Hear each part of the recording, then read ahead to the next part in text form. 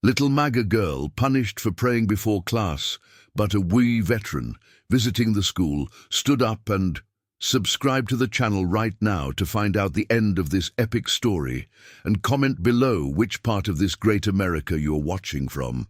The Tuesday morning sky over the township of Oak Creek was not blue.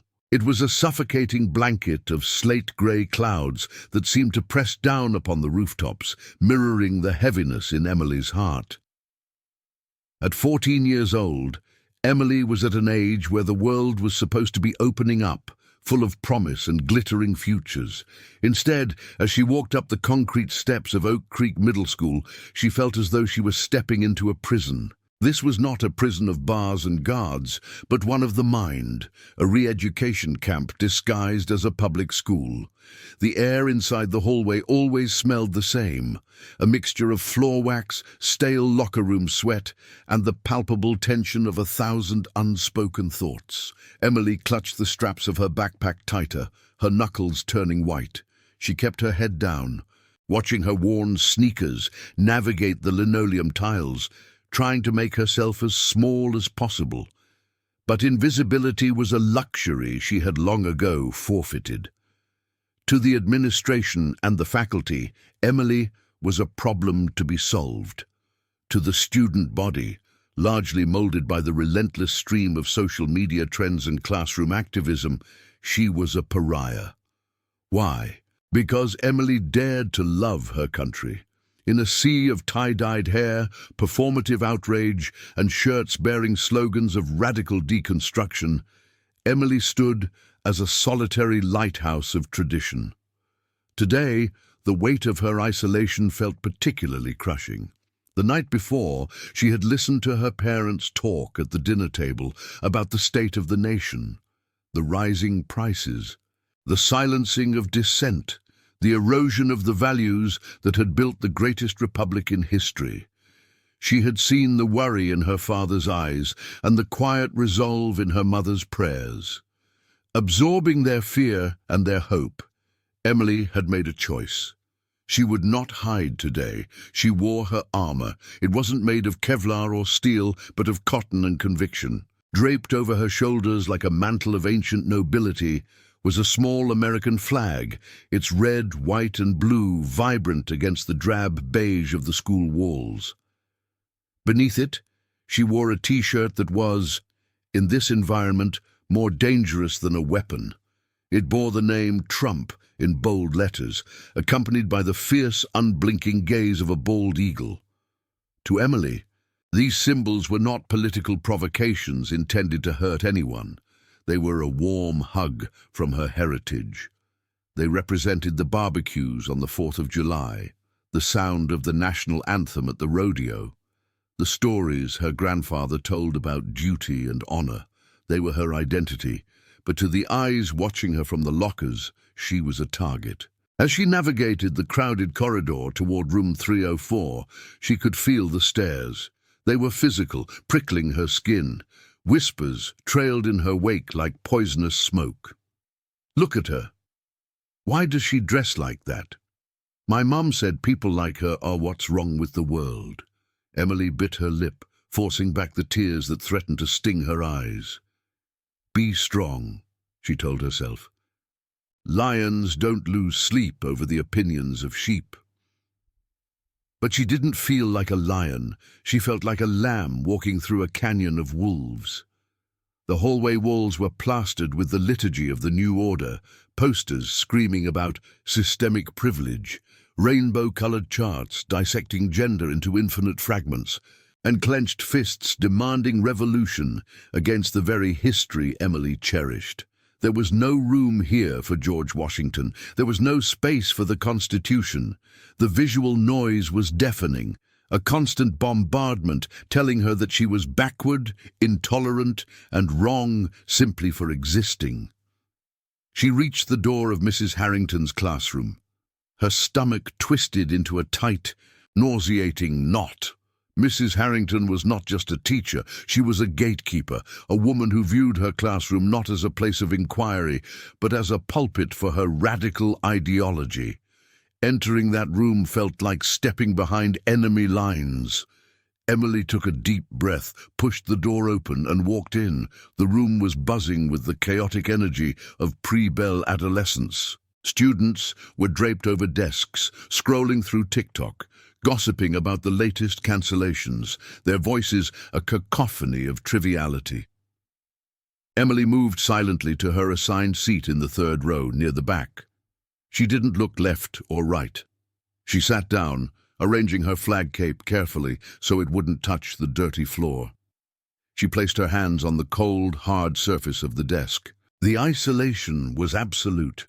Even in a room full of 30 other kids, she was on an island. The girl sitting to her right, a student with neon green hair and a button that said, "Silence is violence," deliberately shifted her desk a few inches away, shooting Emily a look of theatrical disgust. Emily saw it, and a sharp pang of rejection pierced her chest. She wanted to scream that she was nice, that she liked baking cookies, that she loved dogs, that she was just a kid. But it didn't matter. The label had been applied. Overwhelmed by the hostility and the crushing anxiety of the impending history test, which she knew would be filled with questions designed to shame her heritage, Emily sought the only refuge she had left.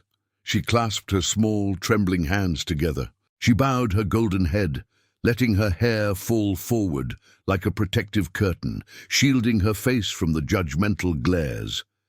She closed her eyes, shutting out the posters, the slogans, and the sneers. In the darkness behind her eyelids, she found a sliver of peace. She began to whisper, her lips barely moving, a silent plea to the Creator. "Dear Lord," she prayed, her internal voice shaking. Please give me strength today. I feel so alone here. Everyone looks at me with so much anger. Help me to be brave. Help me to not be ashamed of who I am." She paused, swallowing the lump in her throat. "Please watch over my mom and dad, and please, God, watch over America. It feels like we are losing everything. Please bring us back. Protect this school, even the people who are mean to me. Open their hearts. Let me be a light, even if I'm just a little flicker." For a brief, suspended moment, the noise of the classroom faded.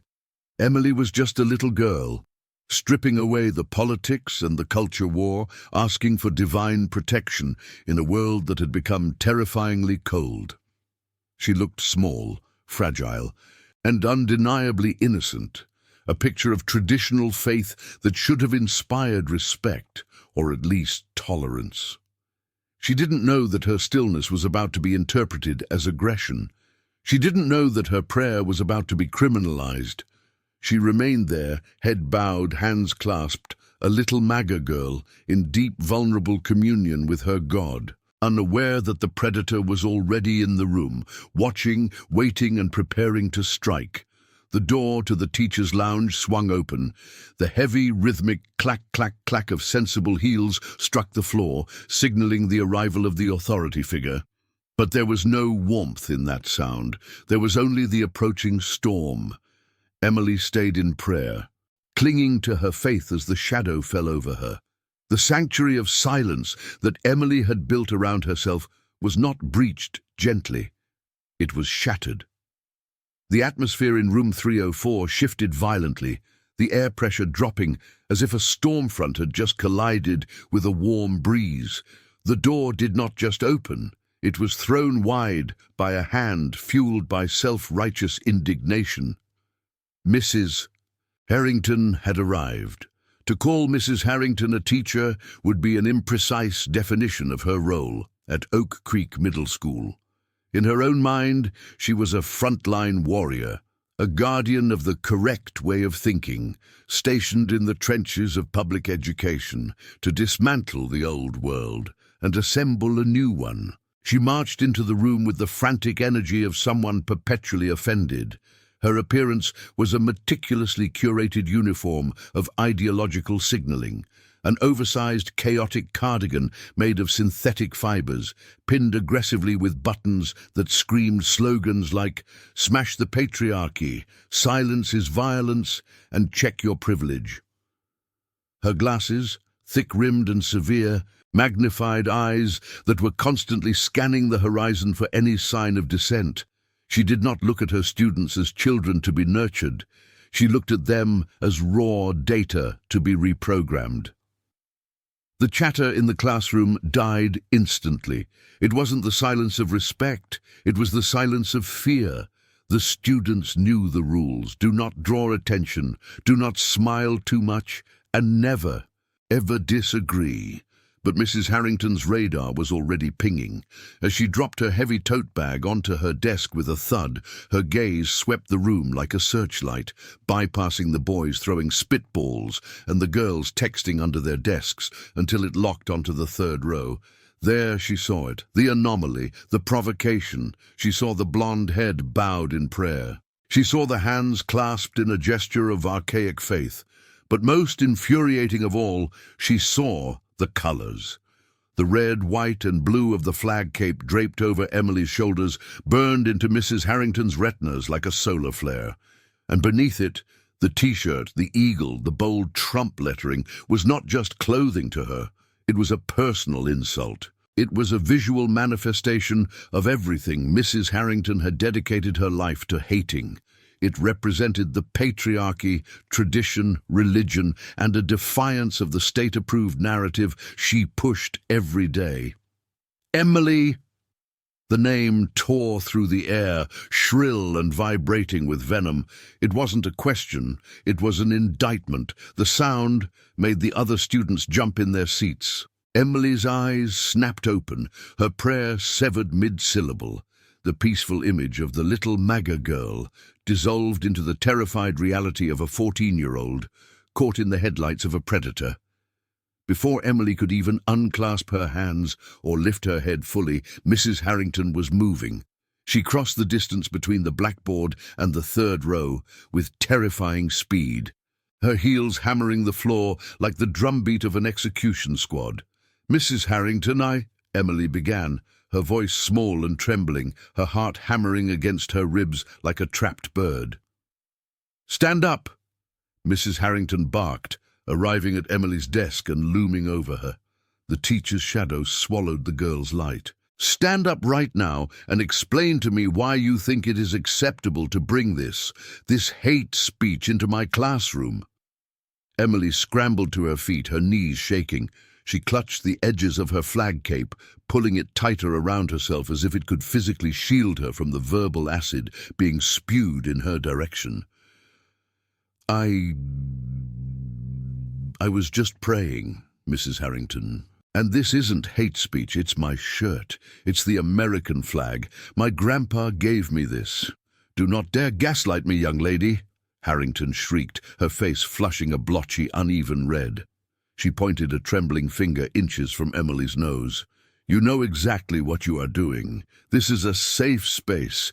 Do you understand the concept of a safe space? It is a sanctuary for the marginalized, for the oppressed, for those traumatized by the very history that RAG represents." She gestured wildly at the stars and stripes. "By wearing that, you are actively assaulting the emotional well-being of every student in this room.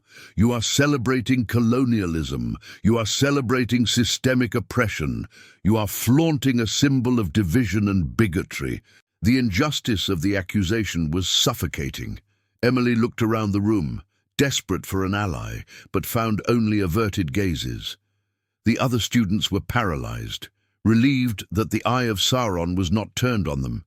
They had been trained well. To intervene was to be cancelled. Emily was alone. "It's not bigotry," Emily whispered, tears beginning to well up in her large blue eyes, blurring her vision. "It's patriotism. I love my country. The Constitution says I have freedom of speech." "The Constitution?" Mrs. Harrington laughed, a harsh, dry sound devoid of humor. She slammed her hand down on Emily's desk, the loud bang making the girl recoil. "The Constitution was written by white slave-owning men to protect their own power. It has no authority in this classroom when it is used to inflict trauma. You are hiding behind antiquated laws to spread intolerance. You are trying to intimidate your classmates with this nationalist display. It is aggressive, it is violent, and I will not tolerate it." Harrington was revving up now, feeding off the power dynamic. She wasn't teaching, she was performing an exorcism of ideology. She leaned in closer, invading Emily's personal space, her breath smelling of bitter coffee and self-righteousness. You think you're special because of your little political stunt. You're not special, Emily. You're a problem. You are a reminder of a past we are trying to scrub away. You and your family, yes, I know about your parents. You think the rules don't apply to you. You think you can just come here and pray to your God and wear your politician's name, and we'll just accept it. No! The teacher grabbed her clipboard from under her arm, wielding it like a weapon. I am done with this. I am done with you disrupting the educational environment with your agitprop. I am sending you to the principal's office immediately. And she began scribbling furiously on a disciplinary slip, the pen tearing through the paper. I'm recommending immediate suspension. I'm citing you for incitement of hostility, violation of the dress code, and creating a hostile learning environment. Let's see how proud you are when you're expelled. Emily felt her world collapsing. The words suspension and expulsion rang in her ears like a death knell. She thought of her father working hard every day. She thought of her mother's smile. How could she tell them she failed? The tears spilled over, hot and fast, tracking down her cheeks. She was being punished for being good. She was being destroyed for being faithful. The leftist had won. Mrs. Harrington had weaponized the entire school system against one small girl, twisting virtue into vice and patriotism into crime. Please, Emily sobbed, her voice breaking, her dignity fraying under the assault. I didn't mean to hurt anyone. I just wanted to pray for a good grade. Save your white woman tears for someone who cares, Harrington sneered, ripping the pink slip from the pad. Get your things. Get that flag out of my sight. You are a disgrace to this school. Mrs. Harrington reached out, her hand clawing toward Emily's shoulder to physically usher her out, to finalize the humiliation, to push the little MAGA girl out of the door and into the abyss of administrative punishment. The triumph of the radical left seemed absolute. The classroom was silent, the air thick with the smell of fear and the dampness of despair. There was no hope left in room 304, or so it seemed. Just as Mrs. Harrington's fingers were about to graze the fabric of the flag cape, a sound echoed from the back of the room. It wasn't a bell, it wasn't a voice, it was the heavy, metallic groan of a door hinge that had not been moved in a long time, followed by the slow, deliberate thud of a boot hitting the floor. The air in the room suddenly went cold, not the cold of winter, but the chilling, electrifying drop in temperature that happens when a predator enters the den of a scavenger. Mrs. Harrington froze. The class froze. Emily stopped crying and looked up. The rising action had reached its peak. The breaking point had arrived. The sound that followed was not a scream nor a bell, but a sudden violent shift in the room's atmospheric pressure. The heavy oak door at the back of the classroom, which had been resting slightly ajar, did not just open. It swung wide with a deliberate, commanding force, as if pushed by the hand of history itself. The hinges groaned, a deep, metallic protest that cut through Mrs. Harrington's shrill tirade like a jagged blade. Mrs. Harrington froze. Her hand, clawed and ready to snatch the flag from Emily's shoulders, hovered in mid-air. The silence that descended upon room 304 was absolute, heavy, and immediate. It was the kind of silence that occurs in nature right before a predator strikes, or perhaps right after a lightning bolt hits the earth. Every head in the room turned toward the doorway. Standing there, framed by the dim light of the hallway, was a figure that seemed to have stepped out of a black-and-white newsreel and into the technicolor madness of the present day. He was a giant, not necessarily in height but in presence. He was an elderly man, his spine slightly curved by the burden of 80 years of memory. Yet he stood with a terrifying rigidity that shamed the slumping posture of every student in the room. He was dressed in a pristine, olive-drab service dress uniform from the 1940s. The wool was thick, immaculately pressed, smelling faintly of mothballs, old tobacco, and honor. On his shoulders sat the heavy rank insignia of a major, but it was his chest that stole the breath from the room. It was a constellation of sacrifice. The silver star, the bronze star with a V device, the purple heart with oak leaf clusters, and the French Croix de Guerre. Each ribbon was a chapter of blood, each medal was a testament to friends who never came home. In his left arm, cradled against his ribs, with the tenderness one might show a newborn child, he held a folded American flag.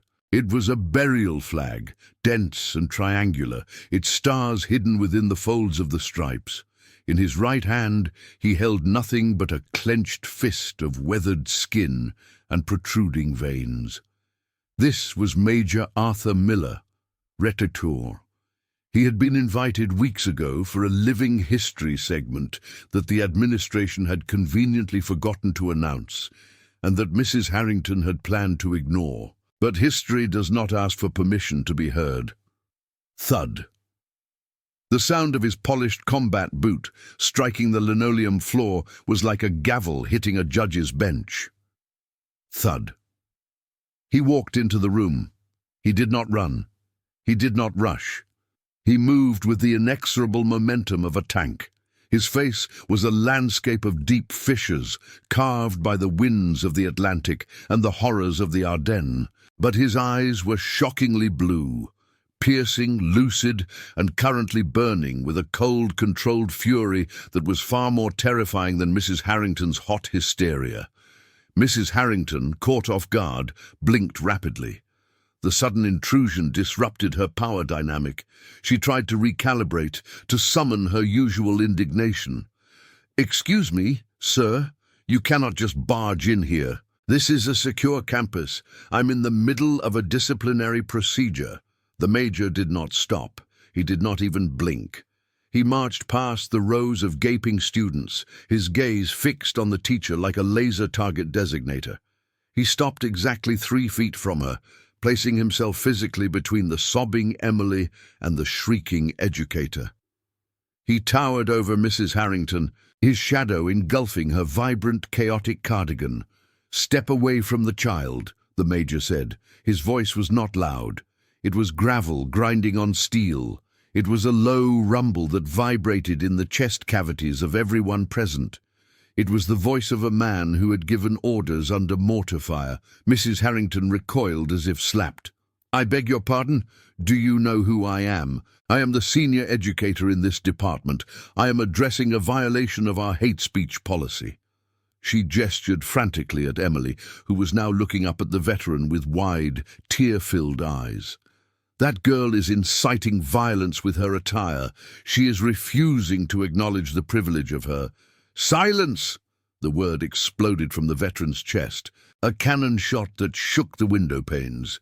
Mrs. Harrington's mouth snapped shut with an audible click. The students gasped. The air in the room seemed to vibrate. Major Miller took a step closer to the teacher, invading her personal space with zero regard for her comfort. He looked down at her with profound, crushing disappointment. "I did not fight my way across the beaches of Normandy," he began, his voice dropping back to that deadly, simmering whisper. "I did not watch my best friends bleed out in the snow of Bastogne. And I did not liberate concentration camps in Germany just so a bitter, indoctrinated bully could terrorize a 14-year-old girl for praying to her God." He pointed a gnarled finger at the safe space posters on the wall. "You talk about safety. You talk about oppression?" He turned his blazing eyes back to her. "You are the oppressor, madam. You are the tyrant. You are the very thing we went to war to destroy." That is absurd," Harrington stammered, her face losing its color, her voice trembling.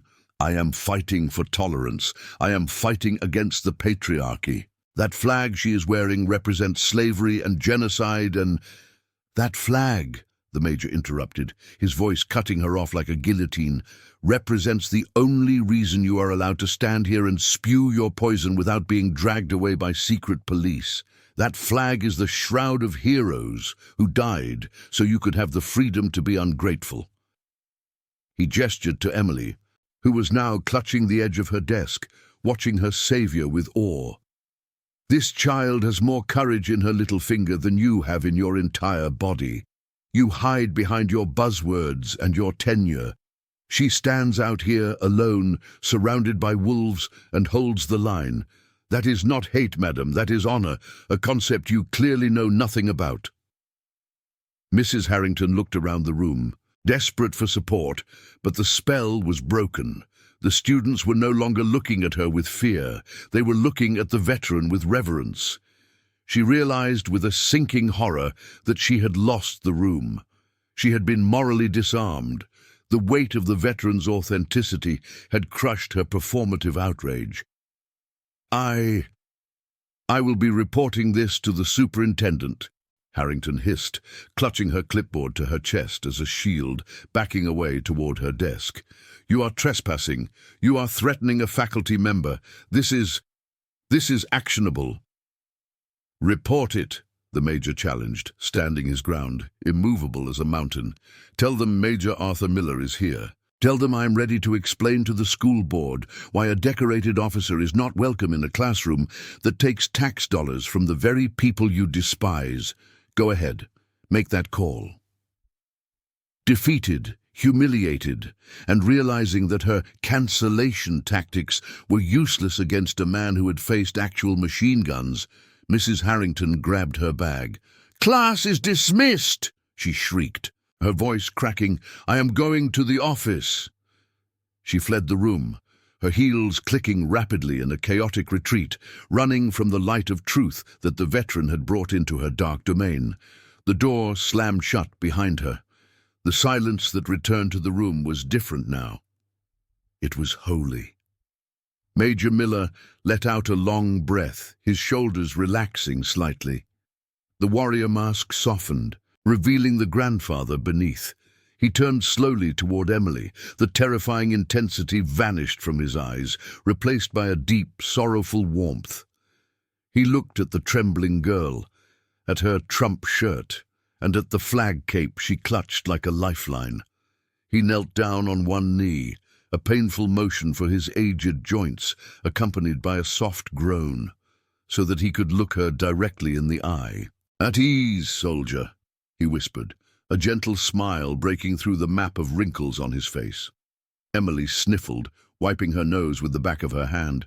She said I was bad. She said I was hurting people. She lied," the Major said firmly. He reached out a callous hand and gently brushed a tear from her cheek. "The enemy always lies, little one. They lie because the truth scares them. And do you know what the truth is?" He waited, his blue eyes locking onto hers.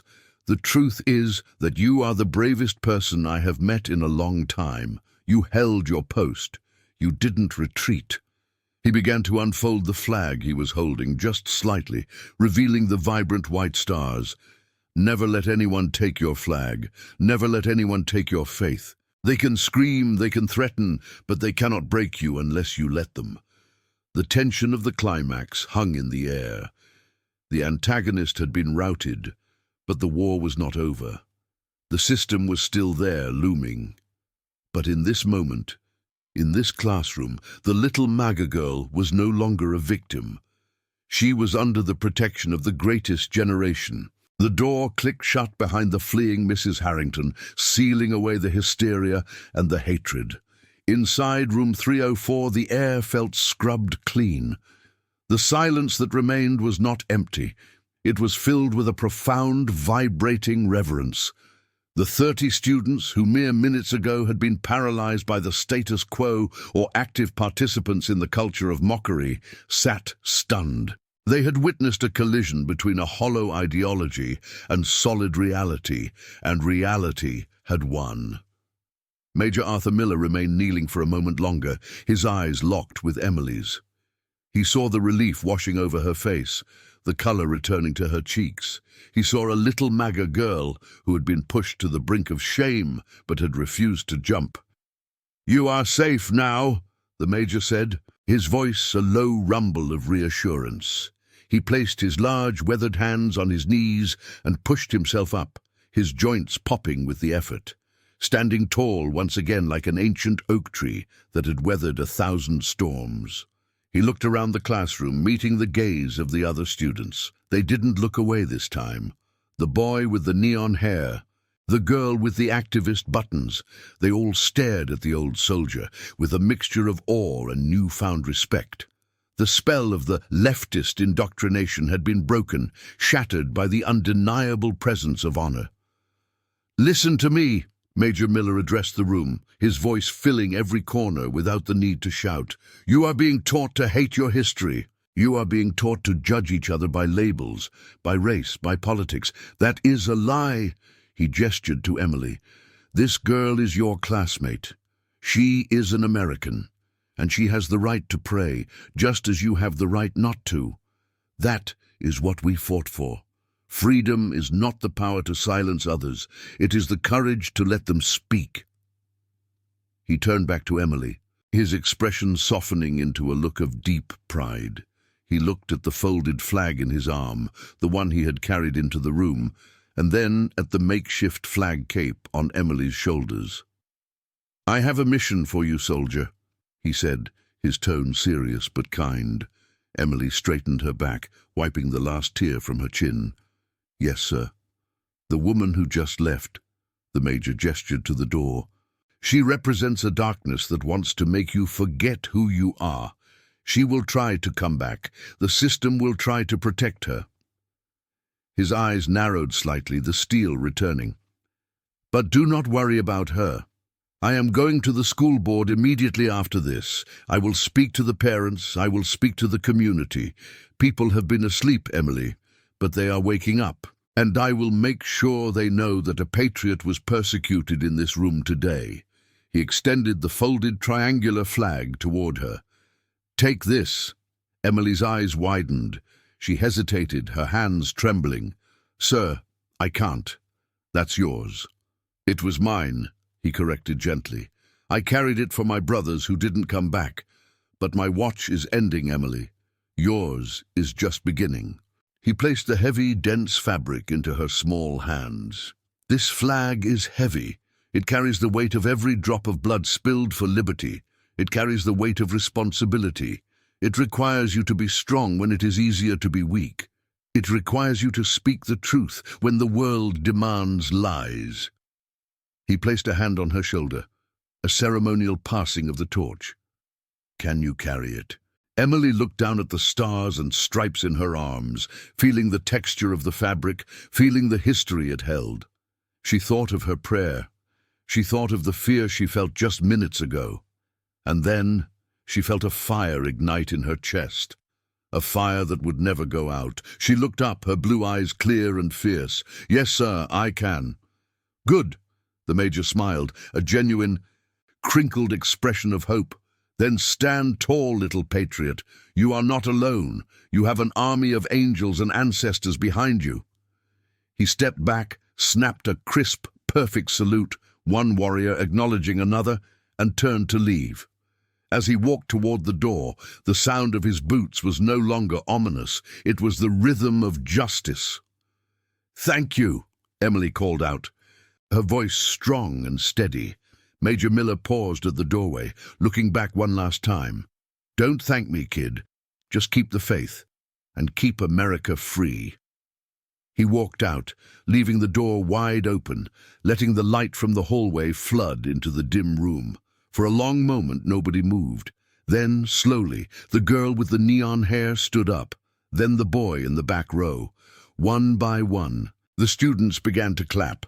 It wasn't a raucous applause, but a slow, steady rhythm of respect. Emily stood there, clutching the flag to her chest, the Trump eagle on her shirt soaring proudly beneath it. She was no longer the victim.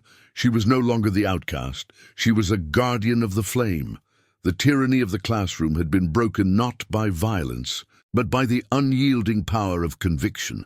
As the bell finally rang, signaling the end of the period, Emily didn't rush.